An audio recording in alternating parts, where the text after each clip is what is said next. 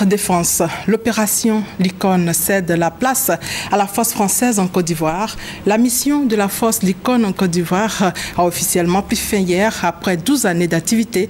Elle est désormais remplacée par les forces françaises en Côte d'Ivoire. Ces forces vont servir de base pour les opérations de la France en Afrique de l'Ouest. Les explications de Michel Digré.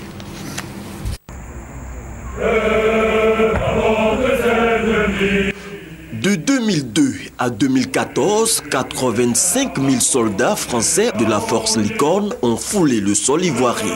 L'objectif premier, assurer la sécurité des ressortissants français au lendemain d'une tentative de coup d'État.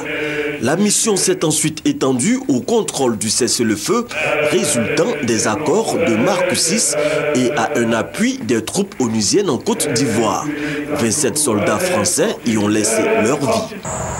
Nous ne les oublions pas.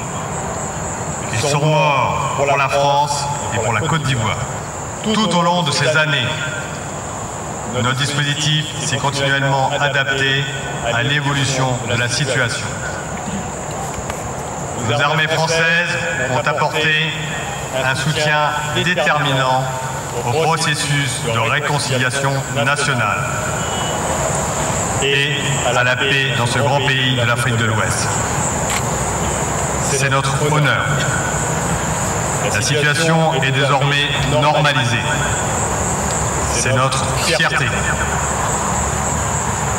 Aujourd'hui, la force Licorne laisse la place aux forces françaises en République de Côte d'Ivoire. Changement des insignes des soldats pour marquer le passage de la force Licorne aux forces françaises en Côte d'Ivoire. L'objectif des forces françaises en Côte d'Ivoire, c'est de disposer d'un réservoir de force et d'aider aux opérations françaises qui sont menées en Afrique.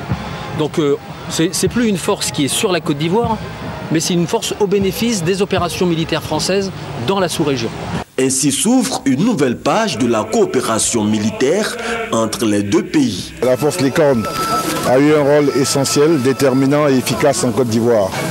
Et le gouvernement a tenu, à travers notre présence, à exprimer notre gratitude, notre reconnaissance à tous ces soldats qui sont venus loin de leur patrie, apporter leur contribution à la paix en Côte d'Ivoire.